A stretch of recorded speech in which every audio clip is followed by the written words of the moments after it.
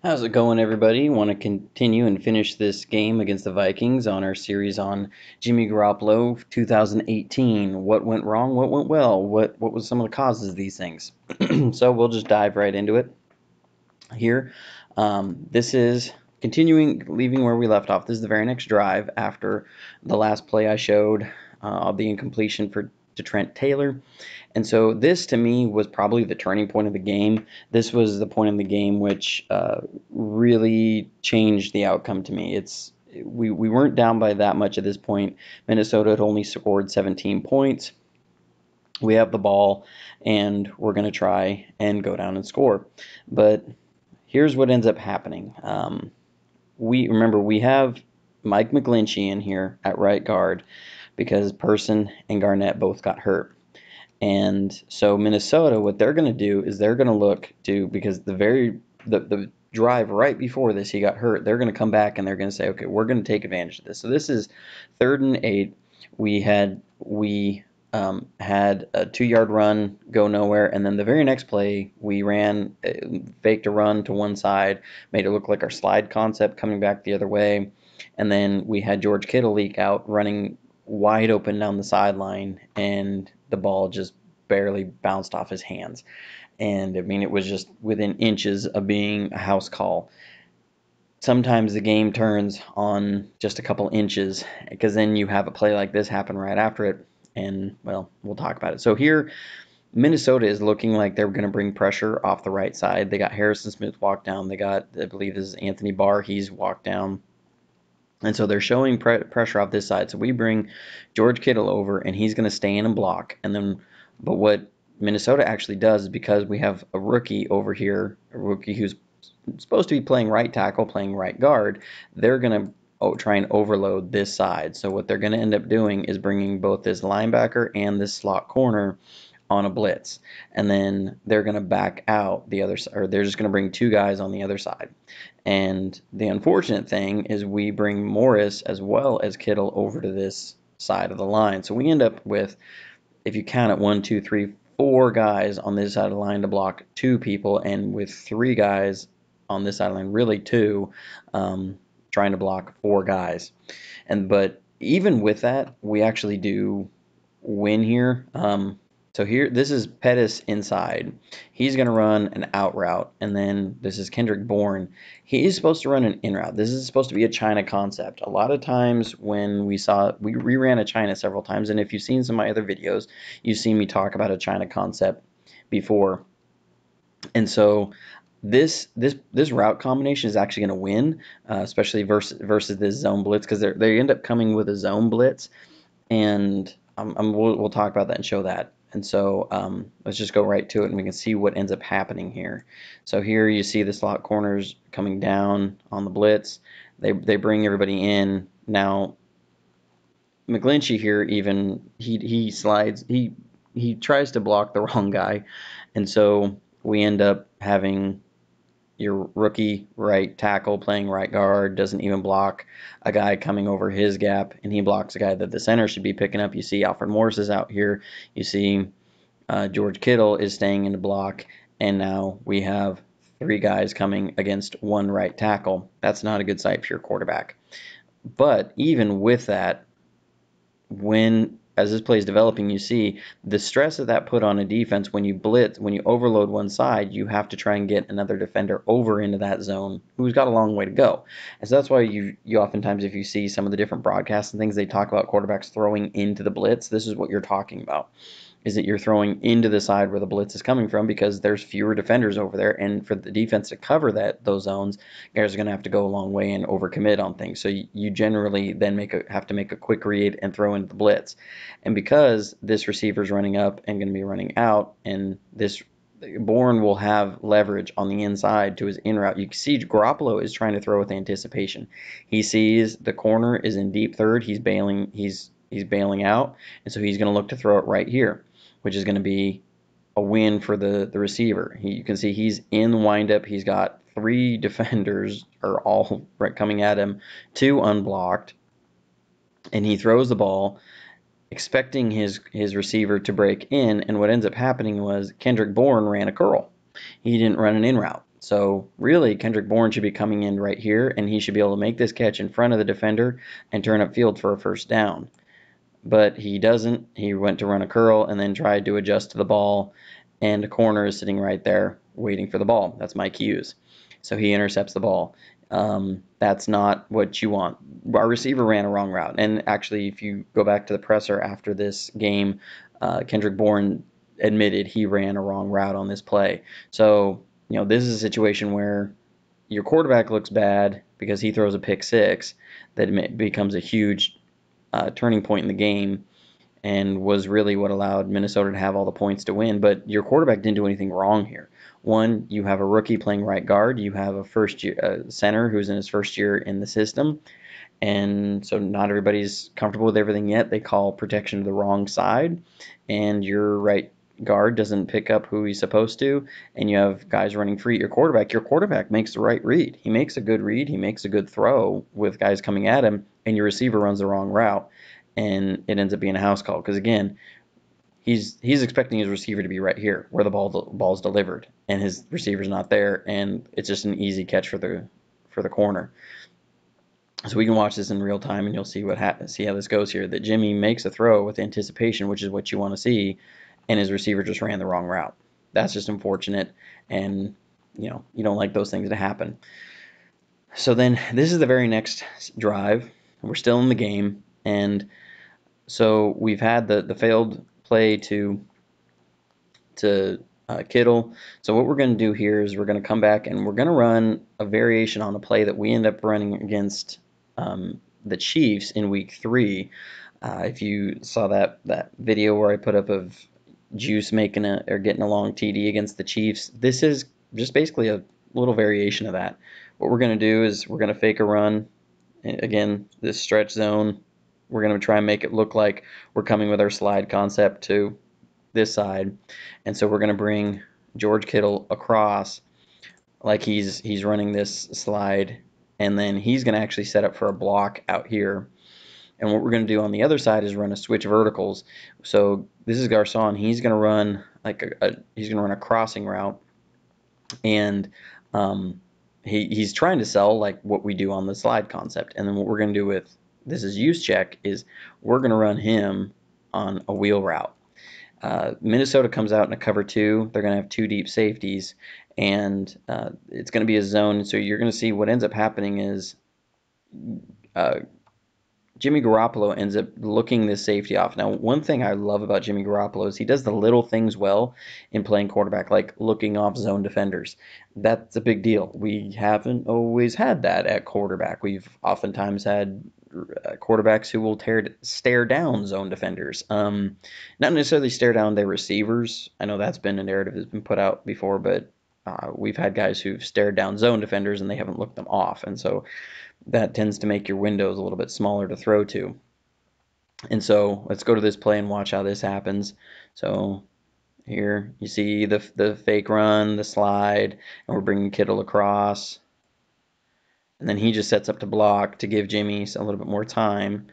And then we're making it look like this a slide route. And so the corner over here is attacking, and if you look at Jimmy, he's staring down Garcon here, and that causes this safety to jump that route, and he never sees Juszczyk coming out going deep on his wheel route. That's a thing of beauty when you can get a receiver this wide open, especially in the NFL. And so then he's just going to deliver a good ball out here to his fullback, who gets a big good chunk play. Not every team can get a 56-yard play to their fullback. That's something pretty special. So you can watch this again. He sets it up. You see him look to the left side as if he's doing a slide. Then he looks down the middle, looks this safety off to get the safety to think he's looking for this in route again, because this is also then a variation on a variation, because we do the slide, which is a variation on our stretch zone, and then sometimes we come back with a play action to suck the linebackers up and come over the middle. So you have a variation on a variation, and now there's a variation on a variation on a variation, if that makes sense, to where you're really keeping the defense on its heels and they're not sure where you're going to attack, because now you're able to look off a defender, get him to attack one route so you can throw to another one, and we get it wide open. We end up going down the field, and we have to kick a field goal. Again, similar thing to what happened on the first drive I showed in the last video. Minnesota played good red zone defense. So that's what happened on this play. We're going to move on to the next play. This is a drive that again, we were moving the ball well, and Jimmy was doing what he was supposed to do. So here, Minnesota, what they're doing is they're showing man coverage before the snap, so we just have man up across the board. They're not really hiding it in any way, so Jimmy knows what's coming here. Now they did try and show these linebackers up in the A gaps, and right before the snap they back them out. So what that's meaning is they're going to be coming with a cover one with a lurk, and what that means is that this defender is going to be in what's called a lurk zone. He's going to lurk over the middle and look to help on any routes over the middle. And so what we're going to do is we're going to have, sorry, that's the wrong guy. We're going to have Trent Taylor coming over the middle on a short drag, and then we're going to have George Kittle on an in route. So this is that mesh concept like I talked about before in the previous video. And then this is Pettis, and we're going to run him on an out, and we're going to run Garcon on an in. Again, China concept. So you're seeing some of the same things coming up and over and over again. But again, we dress these up with different formations, so it's hard for the defense to key in on exactly what concept you're going to be running. But this is a good job here of Jimmy Garoppolo making a very good pre-snap read, because I'm assuming they want to go over the middle. They tried to attack over the middle a lot during this game. That seemed very heavy in the game plan. And so Minnesota started to adjust, and they started trying to take away the middle of the field. And so here, as the defense backs out, Jimmy's going to recognize this is now a four-man rush. That means it's going to be a cover one lurk when you have this, when you're in man coverage and you have a single high safety. So he immediately moves off of this mesh concept, which is, again, I'm sure the primary of where they want to go on this play, and he moves to his outside routes, like to beat man coverage. And again, understanding that there's a lurk over the middle, he's going to look to this outbreaking route by Pettis. So this is good, really good pre-snap recognition by Jimmy Garoppolo to understand what the defense is showing and to know where to attack it. Now, when you're facing man coverage, usually you're not worried about necessarily looking off a lot of zone defenders. The only guy you may look off is the free safety if you're trying to throw a deep route one way or the other. But when it's a route like this where the free safety is not going to be able to get to it anyways, you don't worry about trying to look a guy off. You're just trying to look and make sure the timing of your receiver and his breaking route is on. So you can see from the snap, Jimmy just looks out here to Pettis.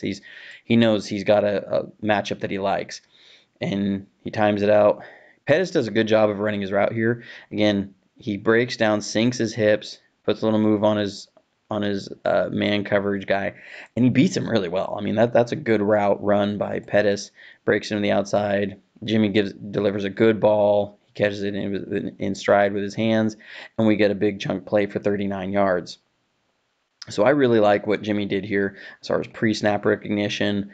Delivered, his footwork is really good. His mechanics are good. He throws the ball under pressure, delivers a nice ball, and Pettis runs a great route. So we're moving the ball again.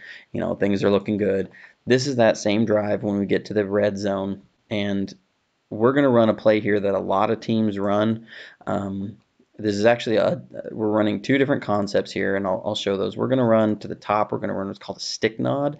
So this is meant to look like a stick concept, and it's going to be end up being not a stick concept. So what a stick concept does is it looks like I'm going to draw this a little bit differently. So it's meant to look like a stick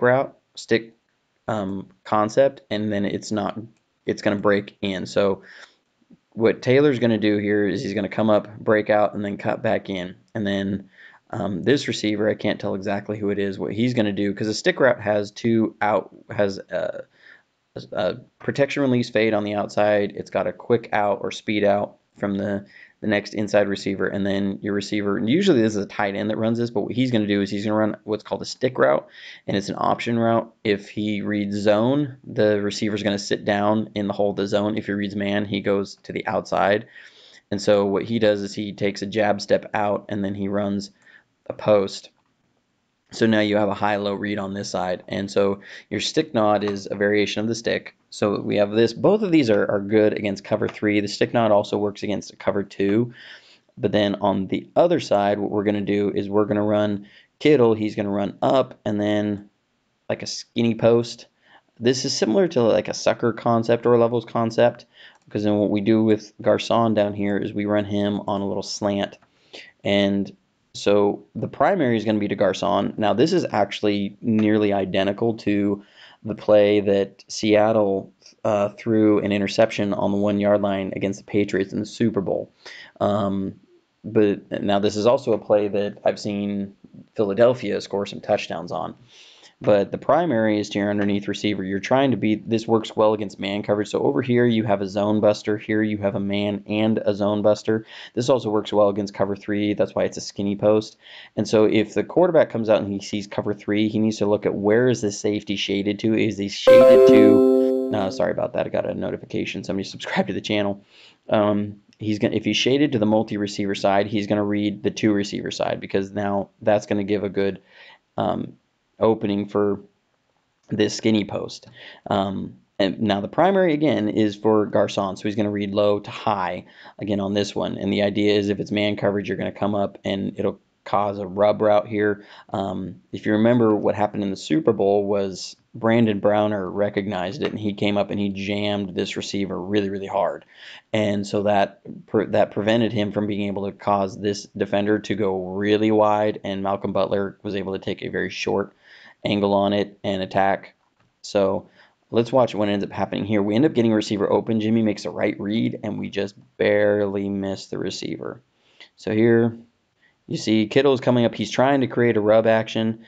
You see the defenders starts to go over the top. Now what ends up happening is they're in cover 3 zone, and so this zone defender ends up sitting on Garcon's route. Now this is where the kind of sucker levels concept comes into play. Is a sucker concept's meant to have a curling route underneath with a route coming over the top. Usually it's an in route, but it can be a post route. We did that. We ran a sucker concept that scored us a touchdown at the very end of the playoff game against New Orleans back in 2011 with Alex Smith and Vernon Davis.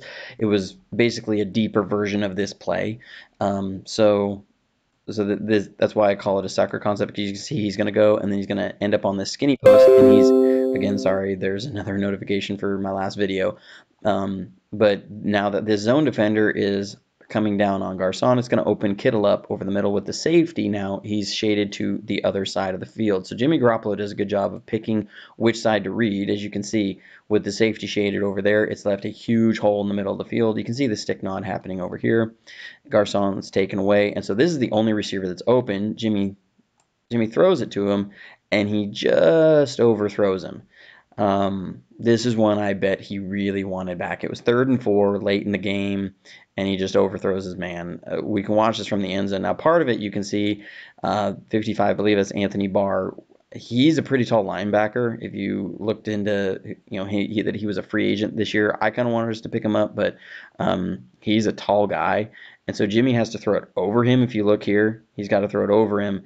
And so that might be why this ball sails a little bit high for Kittle. I mean, you can see, but it's still just right at his hands. But I bet you Jimmy wishes he just kind of lofted the ball over to the middle of the field because nobody was there.